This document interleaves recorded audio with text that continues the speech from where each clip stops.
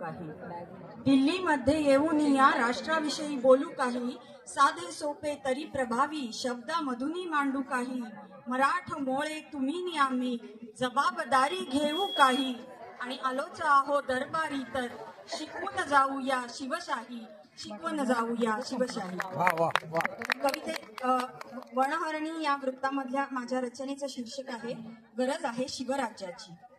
पुन्हा एकदा झुंजा याची गरज आपुल्या देशासाठी, पुन्हा एकदा झुंजा याची गरज आपुल्या देशासाठी, पुन्हा एकदा लढावीर हो गरज आम्हाला शिवराज्याची.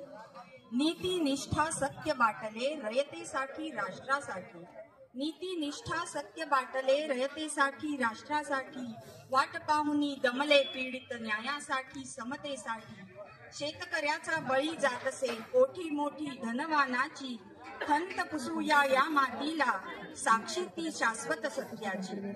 आणि सरकारचे चुकते का तर नाही, नवी पिढी या हारी गेली जुन्या पिढीसन पुसते कोणी, पदाधिकारी फक्त खातसे टाळू वरचे नुसते लोणी, समाजसेवा नकोच कोणा चलती ही निव्वळ रुपयांची, उजळून ज्योती मना मनाची सारू भीती दूर तमाची.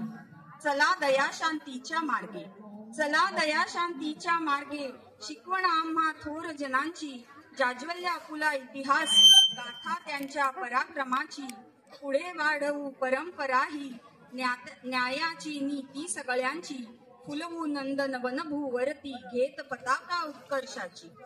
अहो भाग्य हे थोर आपले, अहो भाग्य हे थोर आपले, भारतभूच्या पोटी आलो, लाख संस्कृती लाख सभ्यता भिन्नतेतही समरस झालो, या रक्ताची शपथ घेऊनी ज्योत पेटवू नवक्रांतीची, प्राणपणाने देत समर्पण रात कौतुके या धरतीची, पुन्हा एकदा लढावीर हो गरज आम्हाला शिवराज्याची, गरज आम्हाला शिवराज्याची.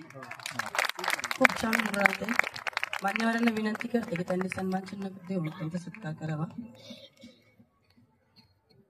यानंतर विजय माळी